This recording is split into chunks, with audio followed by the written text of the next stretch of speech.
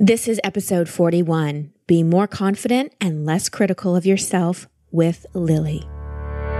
Welcome to Over It and On With It. I'm your host, Christine Hassler, and for over a decade, I've been a life coach, speaker, and author.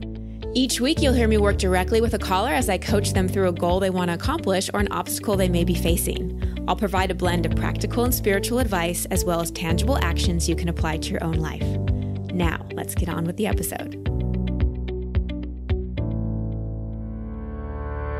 Hi, everybody. Welcome back. Before we dig into today's show, just a reminder that my Bali retreat is around the corner and it's seriously filling up. I think we have 3 spots left.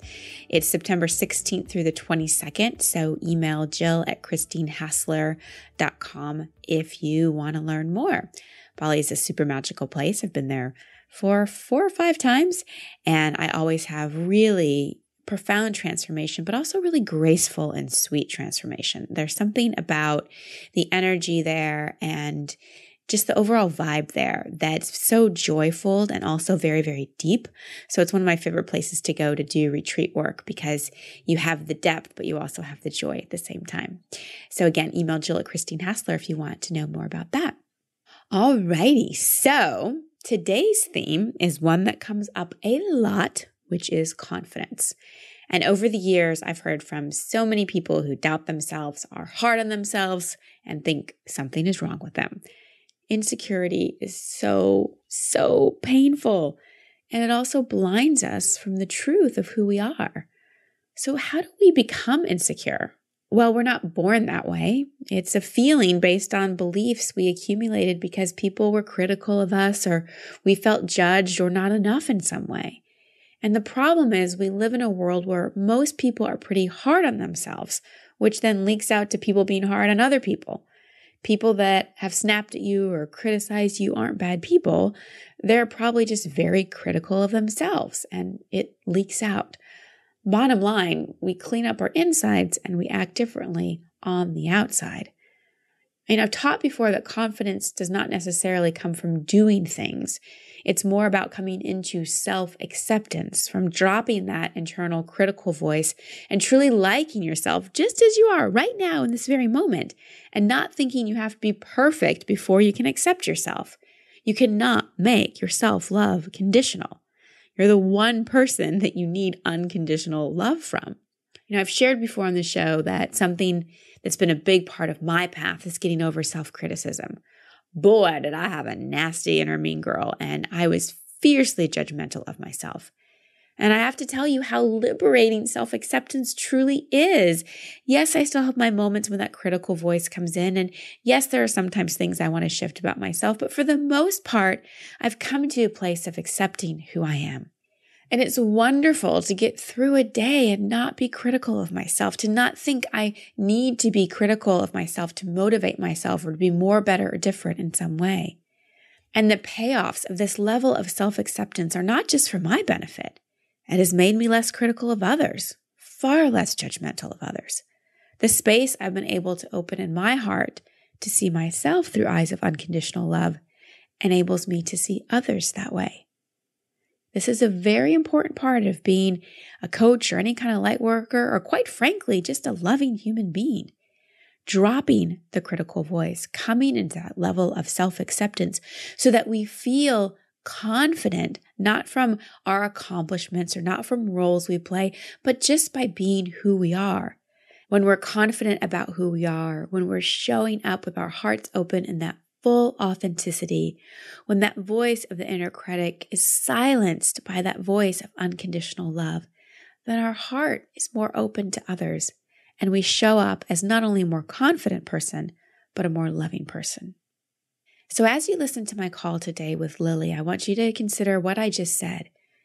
Is your confidence level affected by the level of criticism that runs over and over again in your head?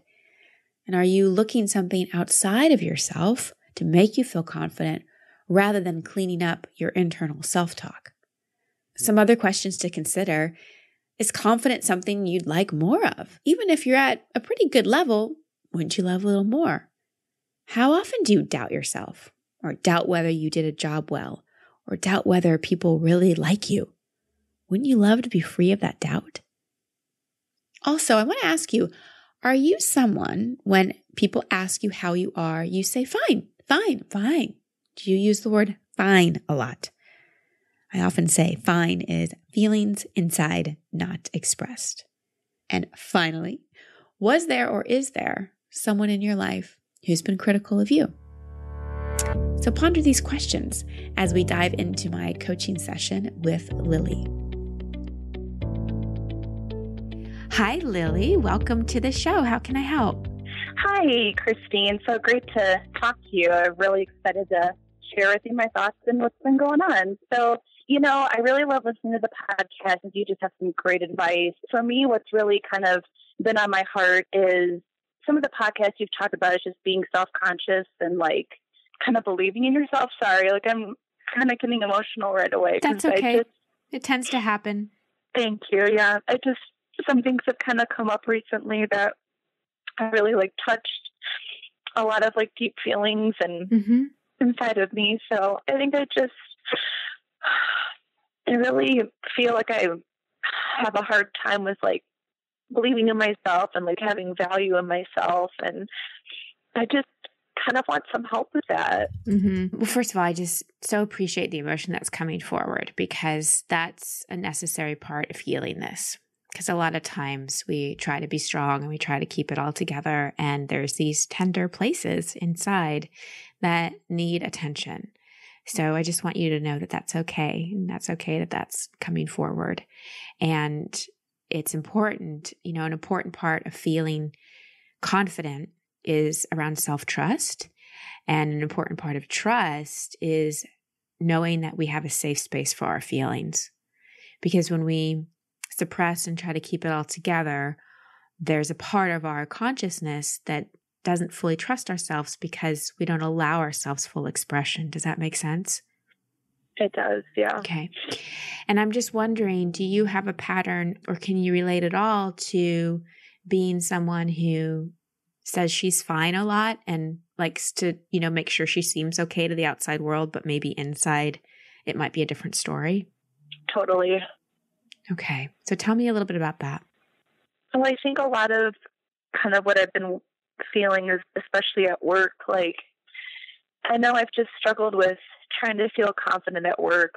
And so a lot of times, people will say, are you okay? And yeah, I'm fine. But really on the inside, I'm just really feeling self-conscious and, oh, I am really sad, but I don't really feel, I guess, just okay just being vulnerable and just saying, you know what, no, I am really sad right now. Mm-hmm. Mm-hmm. And how does it feel to be vulnerable right now? Well, it feels safe with you, but it's also kind of scary at the same time. What feels scary about it? I don't know. I guess, to be honest, too, I feel like when I have been vulnerable, I've been shut down. Mm-hmm. Mm-hmm. Shut down by who? Other people. Mm-hmm. And how do they shut you down? Well, I guess as an example, at work, I did try to be vulnerable with someone. We were doing a book study and assignment, and I told one girl, to be honest, right now I've been going through a lot. My mom's moving. I just broke up with somebody, and I said, if I'm just kind of asking you that you kind of recognize that for me and just maybe give me some space or allow some of that. Just allow me to just kind of walk through my feelings. And her reaction to me right away was, oh, maybe you just shouldn't do the book study. And it hurt my feelings. I just felt like she was just totally dismissing me. Mm-hmm. And how often do you dismiss your feelings? I guess I sometimes do. I guess it's on and off, to be honest. Right. So I hear how painful that was, and I acknowledge you for the way that you communicated it, because you did a beautiful job of communicating what was present for you. And the external world is always a mirror and always a teacher. And often how people respond to us is a reflection of what's going on inside of ourselves. So in a way, her reaction was a projection of how you often react to your own feelings. So it's like you're able to see on the outside how painful what you do to yourself is on the inside. So that's one component of it. And the other component of the shutdown piece is people are pretty uncomfortable with vulnerability for the most part. It's shifting, it's changing, But for the most part, people get kind of fidgety around vulnerability. I see it every time I do a retreat or a workshop and there's kind of the opening circle or someone shares something and they start to cry. They say, I'm sorry. And I can see other people start to fidget. And it's because there's that kind of uncomfortability with vulnerability. So know that a lot of times it isn't about you. It's about where they are in being able to hold space for it. So what I really learned in my own path in being vulnerable is I'm mindful about who I'm vulnerable with. Yeah. So do you have certain close people, I like to call them soul family, in your life that you can be vulnerable with? Definitely, yeah. Good. So those are the people to connect to. And the people like this colleague or whatever, if you can not personalize their response, it's going to help you sort of navigate this confidence thing and also help you step into feeling more empowered in your own truth and in your own feelings. Does that make sense? My one question was, how you said a few beats ago about how, her reaction was a projection of my feelings. Can you explain that? Because I know you're not saying this, but it feels like that means it's my fault. Oh, I'm so glad you asked for clarity around that. Great question. So, and this is a really important point. The universe is always reflecting to us kind of where we're at. It's always giving us feedback. Like I said, the external reality is often a reflection of what's happening on the inside. Okay. So for example, someone who thinks they have they're not worthy, they're not valuable, often will have a hard time like with money issues, like they won't get the job or they won't get the raise or things like that. Someone who believes they're unlovable and all people that love them leave them may have a lot of people abandon them or be flaky or not show up. This making sense so far? Yeah. Okay. So I can understand why we think it's our fault, right? Because it's kind of our unprocessed issues and our kind of ways of being that are attracting it.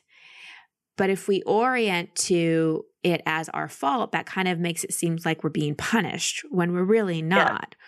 We're really being given the opportunity to grow. So when we have an experience externally that doesn't feel good or feels off, there's the opportunity for us to go, how on some level is this a mirror? Or how on some level did I create this? And how on some level is there something for me to learn here? So I'm not saying it's your fault and that you did anything wrong. I'm not saying that at all in any way, shape, or form. What I am saying is it's probably a combination of two things. One, that person's discomfort with vulnerability, right? And also a mirroring back to you, your own discomfort with vulnerability sometimes and the way that you dismiss yourself. Does that make sense?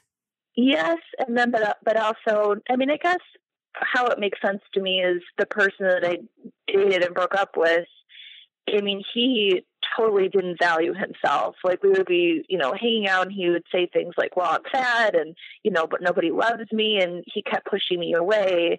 And I feel like that created that negative space between us. And it wasn't his fault, but because he didn't value himself, that was kind of the reflection that came out. So exactly. I get, something along that line. Yeah. Exactly.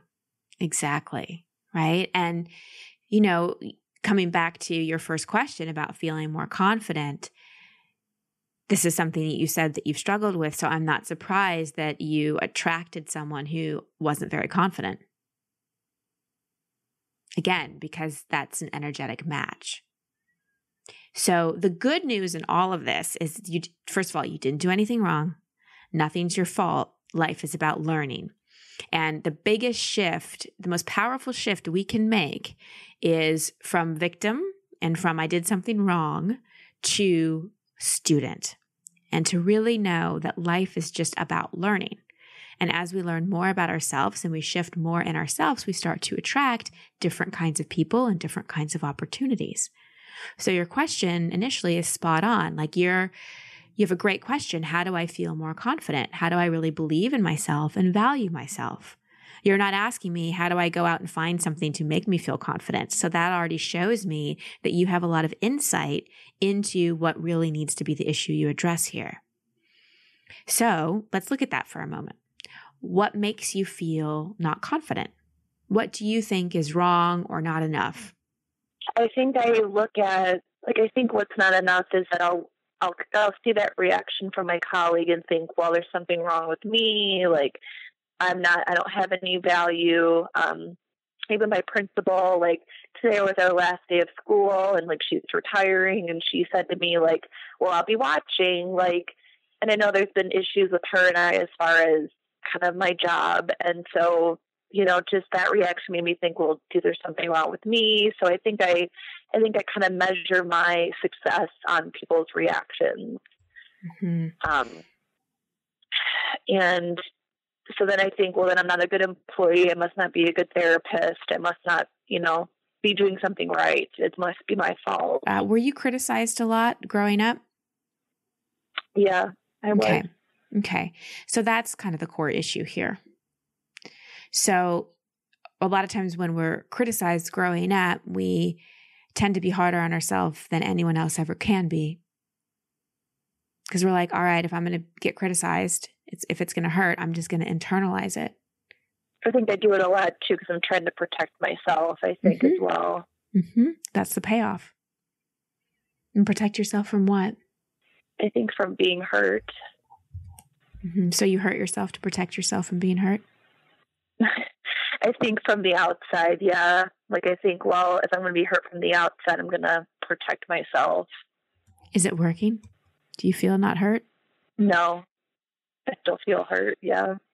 Right. So maybe what you thought was protection really isn't working. Who was so critical of you, Lily? My dad. How was he critical? Well, I know, especially like when my parents got divorced, he would, even before that, like if I would be upset, he would say, you're so sensitive, you're so this, putting me down. And then I remember at one point he had said, you don't love me enough. Your mom and I are getting a divorce, but you don't love me enough because you don't spend enough time with me. So what did you make that mean inside of you? That I wasn't good enough. Mm-hmm. So do you see how your dad has become, how do I say, it's like these things that happen with your father and his voice has become your internal voice? Absolutely. Yeah. Yeah. And if you've listened to the show, maybe you caught the episode when I talked about parents and how, when we're first born, we know we're connected to God and we know we're whole and complete and loved, and then things happen and we start to lose that connection and we project God onto mom and dad, and they kind of become our God and the people we crave love from the most. And when there's this kind of pain, or I'd even say trauma, between the divorce and what he said and how he treated you, it becomes this emotional wound, this kind of hole that we internalize. And so what's happened here is that you've allowed your dad's voice to become your internal voice, and you've allowed his pain, because he really didn't think you don't love him. That was his own stuff, right? You see that now, totally. Right? Okay. So I know you know that intellectually, and now you're at the place in your life, Lily, where it's time to reparent yourself. And how you're parenting yourself now is internalizing dad's voice of being critical. And my encouragement to you is, can you parent yourself with the voice of an unconditionally loving parent? Because it's time to reprogram your brain. It's time to reprogram how you speak to yourself. And it's also time to forgive him. And to forgive yourself for buying into the misunderstanding that he and he alone determines your worth. Absolutely. And also let go of wanting it from him. and probably wanting it too from other people as well, like at work, you know? Mm-hmm. Yeah. You know, we always go out as adults and try to get the thing we didn't get as kids. And if you wanted validation and acceptance, that will be what fuels you. But at the same time, you've got this self-critical voice. So even if you get a little validation and acceptance, you'll still question it and it still won't feel like enough. So in hearing all this, what do you see as the shifts that you can start to make now? What do you see as really the answer to that question you had in the beginning about having more confidence and belief in self? I think it really has to come from inside, you know, instead of seeking it from the outside, really seeking it from myself and really becoming my own parent, you know, and showing that compassion and love. Mm-hmm. Okay, so you're a teacher or a therapist? What are you? A counselor? I'm a speech therapist. You're a speech therapist. Okay, so let's practice, okay? So okay. I want you to close your eyes and I want you to think of someone. It can even be a pet. It can be a student. It can be niece, nephew. I don't know if you have any of those, but just someone that you love so much that like when you think of them, your heart just like explodes. And just tell me, you don't have to tell me who it is, but yes or no, do you have someone in mind? Yes. Okay, yeah. Beautiful. So feel that and feel all that love in your heart. Maybe even bring one hand to your heart. And also feel that compassion that you have. And then turn that compassion and love onto you. Feel it just come over you like this warm, pink, fuzzy blanket. And what I'd like you to do out loud from this place is really acknowledge yourself, Lily. You know, this was the last day of school. Acknowledge yourself for the kind of speech therapist, the kind of professional, the kind of person that you are. And I want you to really practice and feel what it feels like to speak to yourself with compassion, love, and encouragement. Okay. So you are a really wonderful speech therapist. You're so loving and you love the children that you work with so much. You bring so much passion into the world and into your life. You're doing great. Just really feel it as you're saying it. Don't just say it. Feel it. Okay, it's kind of hard, but I'm trying. I know. You're doing great. It's just new. It's not hard. It's just new. It's just new, yeah. I just think it's wonderful that you are so passionate about your work and that you try so hard to really show up every day for your students. It's really great. You bring so much light into the world and so much love.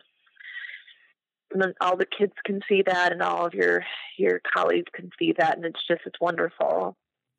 It's really great to see. Mm-hmm. Take a deep breath. How does that feel? It feels good. It felt good to be kind towards myself. Yes. Yes. Yes. Feeling confident and knowing you're valuable isn't something you can think your way through. It's something you have to feel your way through by speaking to yourself in kind ways, acknowledging yourself and being that unconditionally loving and encouraged parent to yourself. Do you see that?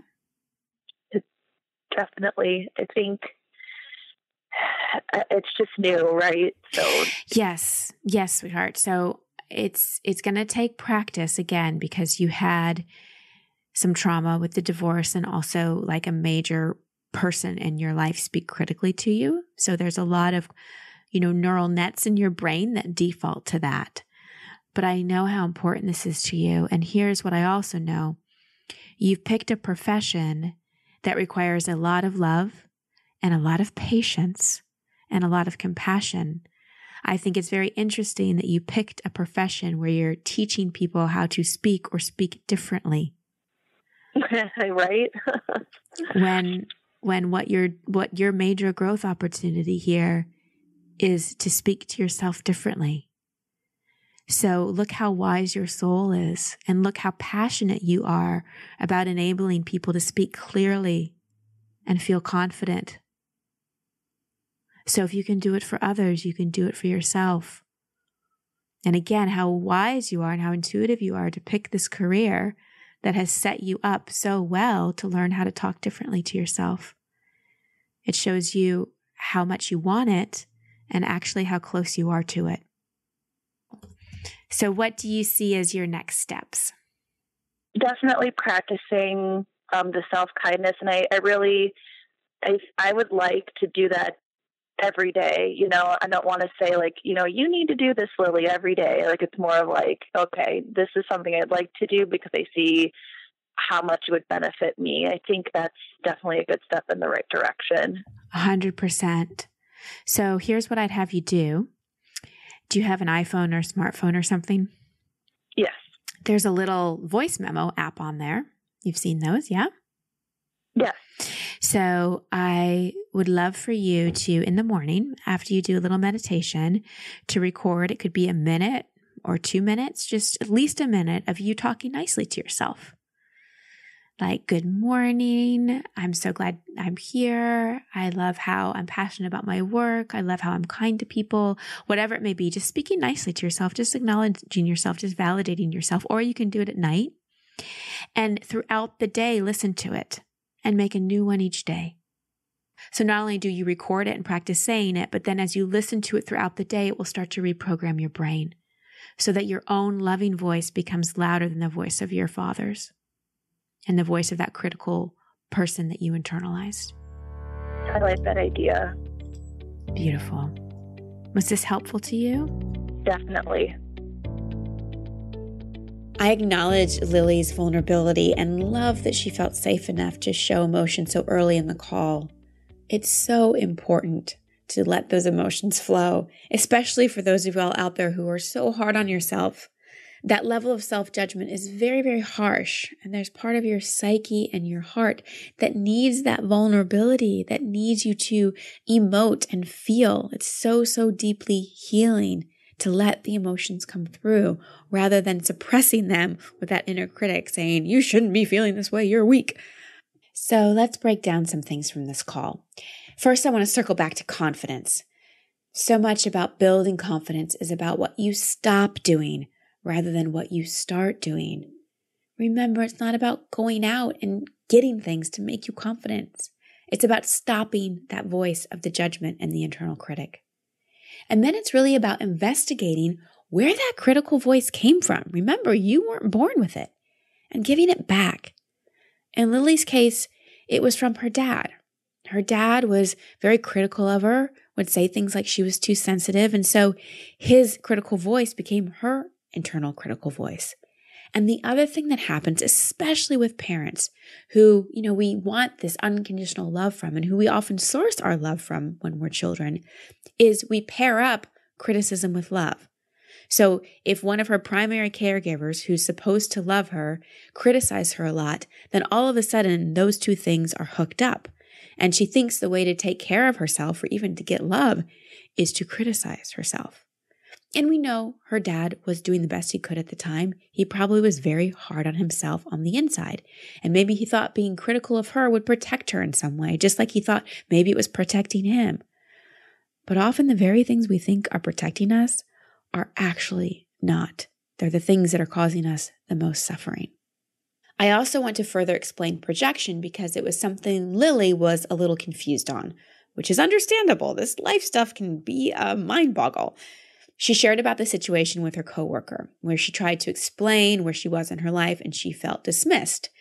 And I shared with her that her external reality was a reflection of something that was happening inside, and that the way her coworker was treating her was really reflecting to her how she's dismissive of herself.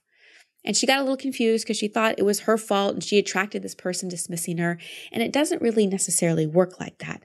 See, what projection is it's mirroring something to us that we need to see about ourselves. It isn't that we did anything wrong at all. And how we know there's a projection there is if we get triggered. So as you could see from the conversation I had with Lily, she got triggered by what the coworker said. She took it personally. It stung because it stings her when she does it inside herself. Now, in the same situation, if Lily had said what she said and the coworker did what she did and Lily didn't get triggered at all, then I wouldn't say, hey, this is a projection. That was just your coworker being your coworker. But if it triggers you, if it stings, if you can't shake it off, then it's important to look at, what am I learning from this? What is this reflecting to me about me? Because with triggers, there's always an opportunity for growth. And remember, you didn't do anything wrong. It's not your fault if someone mistreats you. But again, if it triggers you, then look inside and go, okay, how did I set this up? How am I mistreating myself on the inside? And how is this external reflection giving me a nugget so that I can learn and grow? So I coach a lot in this show about taking a learning-oriented approach to life. Look at what you're attracting without self-blame or thinking you did something wrong. Things are not your fault. They're there for your learning. So before I go into the assignments, I want to just comment on how wise Lily's soul is. I mean, how cool is it that her job is being a speech therapist when the very thing she needs to do for her own soul growth is to learn to talk to herself in a different way? And it just really strikes me how wise our souls are and how we truly are set up for our deepest healing and growth. The universe always has our back and is always on our side. And what I want to emphasize here is that whatever we can do for another, we can do for ourselves. Often, the things we need the most, we go out and do for others because we don't think we're worthy of it. We don't think that we're enough of our own love, or we don't even think about it. But the fact that Lily can go and show up lovingly for people who need to learn to speak differently means that she can do it for herself. And whatever you're doing for others so well and with so much love, you can do for you. And you deserve it. So your assignments for this episode. Is there a critical voice in your head? Whose voice is it? And is it time to give it back? Perhaps write that person, or maybe it's a group of people, a letter, thanking them for the lessons, and then respectfully declining to carry on their voice anymore, and giving that critical lens back to them. Is there someone out there who you've recently felt hurt by, triggered by, like Lily was with her coworker? And investigate, could there be a projection here? What are you learning from that situation? And what are you really good at giving others that you're not giving yourself? And finally, I encourage you to go back and listen to the Coach's Corner episode, Mastering Your Mean Girl or Bad Boy, with Melissa Ambrosini. It's a great episode about changing your self-talk. And so if confidence is an issue for you, and if you're feeling like your inner critic really is on a rampage, that episode will really, really help. So I want to remind you that you're worthy and lovable and deserving of all your dreams. There's nothing you have to do or be to become confident. Just remember that your truth is love. Accept yourself fully for who you are. And the more you accept yourself for where you are right now, then the more you can approach growth and change and evolution from a place of love rather than from a place of judgment.